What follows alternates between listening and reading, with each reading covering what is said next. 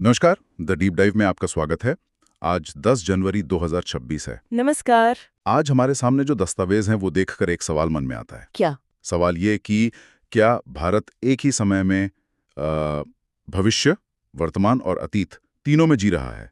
और अगर हाँ, तो क्या ये उसकी ताकत है या एक उलझन? ये बहुत ही बढ़िया सवाल है, क्योंकि एक तरफ हम दुनिया की सबसे तेज बढ़ती अर्थव्यवस्था की बात कर रहे हैं बिल्कुल। और दूसरी तरफ हम 1000 साल पुरानी ऐतिहासिक घटना को याद कर रहे हैं। ये दोनों बातें एक ही वक्त पर हो रही हैं। हाँ, तो आज हम India strategic and economic affairs update के आधार पर इन्हीं धागों को जोड़ने की कोशिश करेंगे, ताकि एक पूरी तस्वीर सामने आए कि आखिर चल क्या रहा है।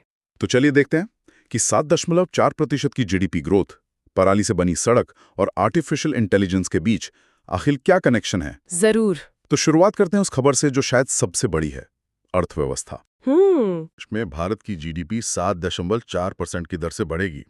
ये तो एक जबरदस्त आंकड़ा है। हाँ, आंकड़ा तो बहुत अच्छा है। मतलब बाजार में पैसा है, कंपनियां काम कर रही हैं, लोग खर्च कर रहे हैं। सही।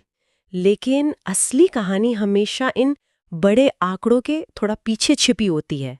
मतलब सवाल ये है कि ये ग्रोथ कितनी टिकाऊ है। और शायद इसी सवाल का जवाब अगली खबर में है, जिसने मुझे थोड़ा सा कंफ्यूज कर दिया। अच्छा। एक तरफ 7.4% ग्रोथ की खबर है और ठीक उसी वक्त आरबीआई 35 एनबीएफसी मतलब नॉन बैंकिंग फाइनेंशियल कंपनियों के रजिस्ट्रेशन रद्द कर देता है। हाँ। ये थोड़ा अजीब नहीं है?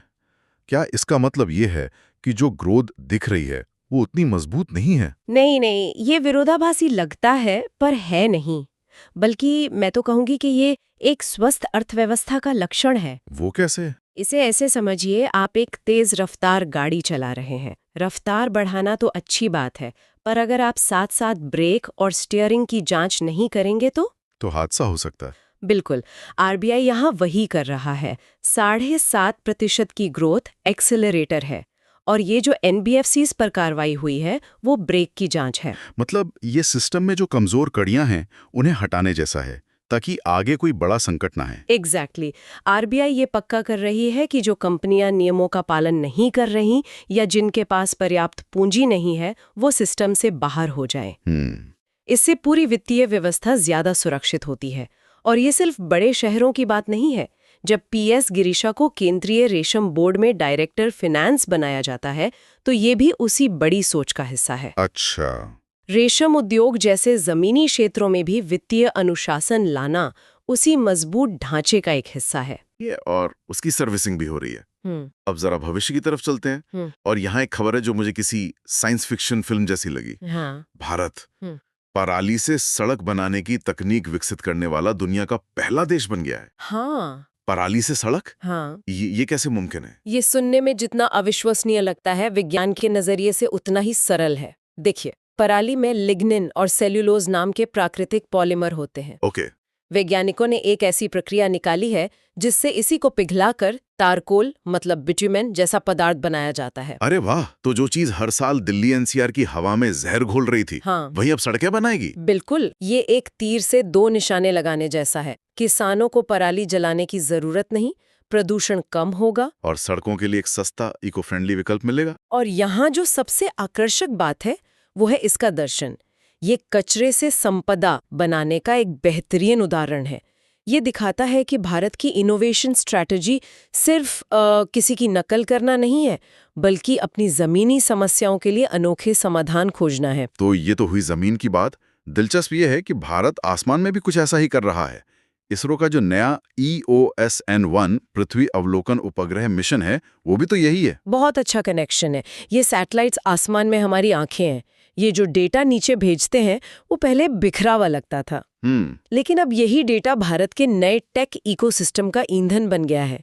यही डेटा बताता है कि किस खेत को पानी चाहिए, कहाँ तूफान आने वाला है। और मुझे लगता है कि यही पर आर्टिफिशियल इंटेलिजेंस यानी AI की भूमिका आती है। बिल्कुल। प्रधानमंत्री ने भारतीय AI स्टार्टअप्स के साथ एक गोलमेज बैठक की है। क्या ये बस एक और मीटिंग है? नहीं, ये भारत की AI रणनीति में एक बड़े बदलाव का संकेत है। ध्यान दीजिए, ये बैठक किसी बड़ी ग्लोबल कंपनी के साथ नहीं थी।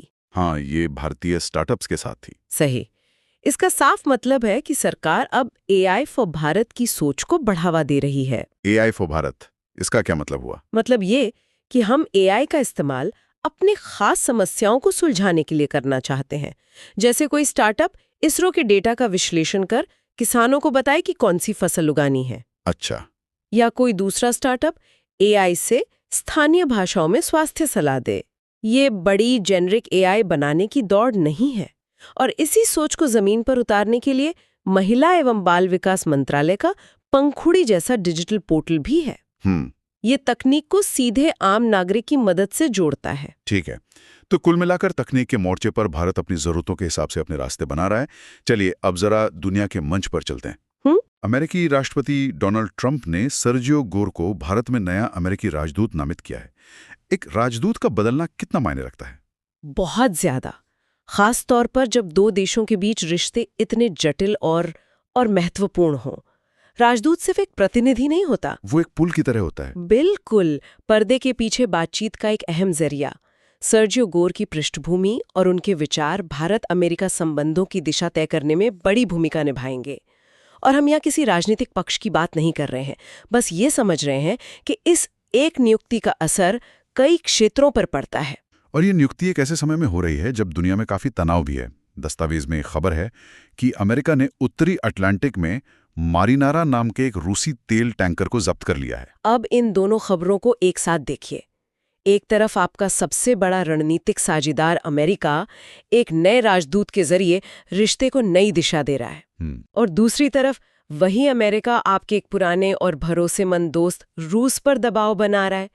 ये उस कूटनीतिक रस्सी पर चलने जैसा है जिस पर भारत को हर रोज चलना पड़ता है। सही बात है। ये घटनाएं दिखाती हैं कि हमारी विदेश नीति किसी शांत कमरे में नहीं बनती, बल्कि दुनिया के इस तूफानी समंदर के बीच बनती है। वैश्विक व्यवस्था से अब देश की आंतरिक व्यवस्था पर आते हैं। जनगणना 2027 का पहला चरण 1 अप्रैल 2026 से शुरू होगा। ये बहुत बड़ा काम है। हाँ, हम अक्सर इसके महत्व को शायद कम आंकते हैं। बिल्कुल, जनगणना सिर्फ लोगों को गिनना नहीं है, ये देश का एक्सरे है। ये हमें बताता है कि देश कैसे बदल रहा है। कितने लोग शहरों में आ गए, हमारी औसत उम्र क्या है, कितने लोग पढ़े लिखे हैं। सरकार की हर बड़ी योजना, हर नीति का आधार यही डेटा होता है। मतलब कहाँ स्कूल बनेंगे, कहाँ अस्पताल, कहाँ कितना पैसा जाएगा, ये सारे फैसले जनगणना के आंकड़ों पर ही टिके होते हैं। ये भविष्य के भारत का ब्लूप्रिंट बनाने जैसा है। और शायद इसी लोकतांत्रिक अनुभव को दुनिया के साथ साझा भी किया जा रहा है। नई दिल्ली में लोकतंत्र और चुनाव प्रबंधन पर एक अंतर्राष्ट्रीय सम्मेलन भी हो रहा है। ये भारत की सॉफ्ट पावर का एक बेहतरीन उदाहरण है। जब आप दुनिया के सबसे बड़े लोकतंत्र में सफलतापूर्वक चुनाव कराते हैं, तो आपके पास एक ऐसा अनुभव होता है जो किसी और के पास नहीं है। सही।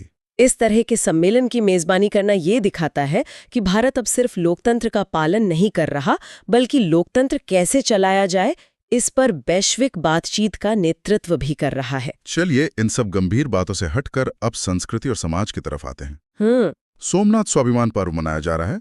ये 1026 में महमूद गजनवी के आक्रमण की 1000वीं वर्षगांठ का प्रतीक है।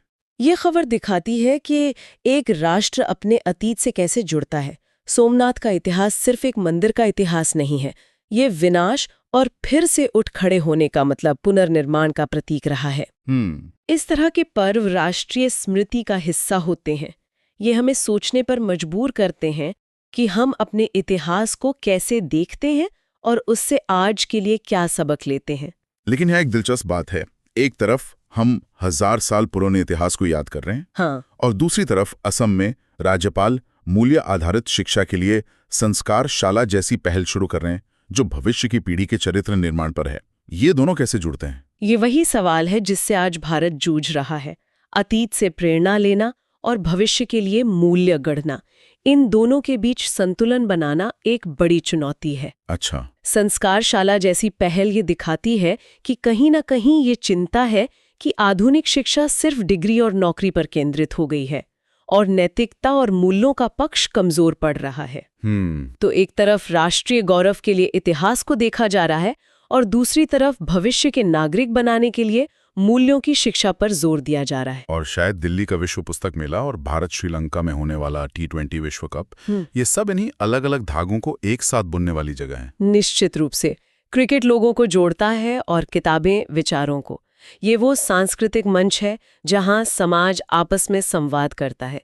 पुस्तक मेले में आपको इतिहास और भविष्य दोनों पर लिखी किताबें मिलेंगे। सही बात है। और क्रिकेट का मैदान वो जगह है जहां क्षेत्रीय और राष्ट्रीय पहचान एक साथ नजर आती है। तो आज की हमारी इस पड़ताल को अगर समेटें, हमने देखा कि एक ही समय में भारत की अर्थव्यवस्था 7.4% की रफ्तार से दौड़ रही है, लेकिन नियमों का ब्रेक भी लग रहा है। हम पराली से सड़क जैसा जमीनी जुगाड़ भी कर रहे हैं और AI फॉर भारत जैसे भविष्य के सपने भी देख रहे हैं। और हमने ये भी देखा कि कैसे हम एक तरफ 1000 साल पुराने इतिहास को अपनी पहचान का हिस्सा बना रहे हैं, तो दूसरी तरफ भविष्य की पीढ़ियों के लिए नए मूल्य गढ़ने की कोशिश भी कर रहे हैं। इन सभी खबरों को एक साथ रखने पर एक ऐसे राष्ट्र की तस्वीर उभरती है जो कई दिशाओं में एक साथ ऊर्जा लगा रहा है। कोई एक सीधा साधा नैरेटिव नहीं है। तो हम वापस वहीं आ गए जहां से हमने शुरू किया था। बिल्कुल। और ये हमें गहरे विचार के साथ छोड़ जाता है। क्या? जब कोई देश एक ही समय पर भविष्य की AI, वर्तमान की अर्थव्यवस्था और अतीत के इतिहास पर बराबर ध्यान दे रहा हो, तो ये उसकी राष्ट्रीय प्राथमिकताओं के बारे में क्या कहता है? क्या ये विविधता, ये एक साथ कई मोर्चों पर काम करने की क्षमता ही उसकी असली ताकत है? या फिर ये एक ऐसी चुनौती है जहां किसी एक चीज पर पूरा ध्यान न दे पाने का जोखिम भी शामिल है? इसका जवाब शायद आने वाला वक्त ही देगा।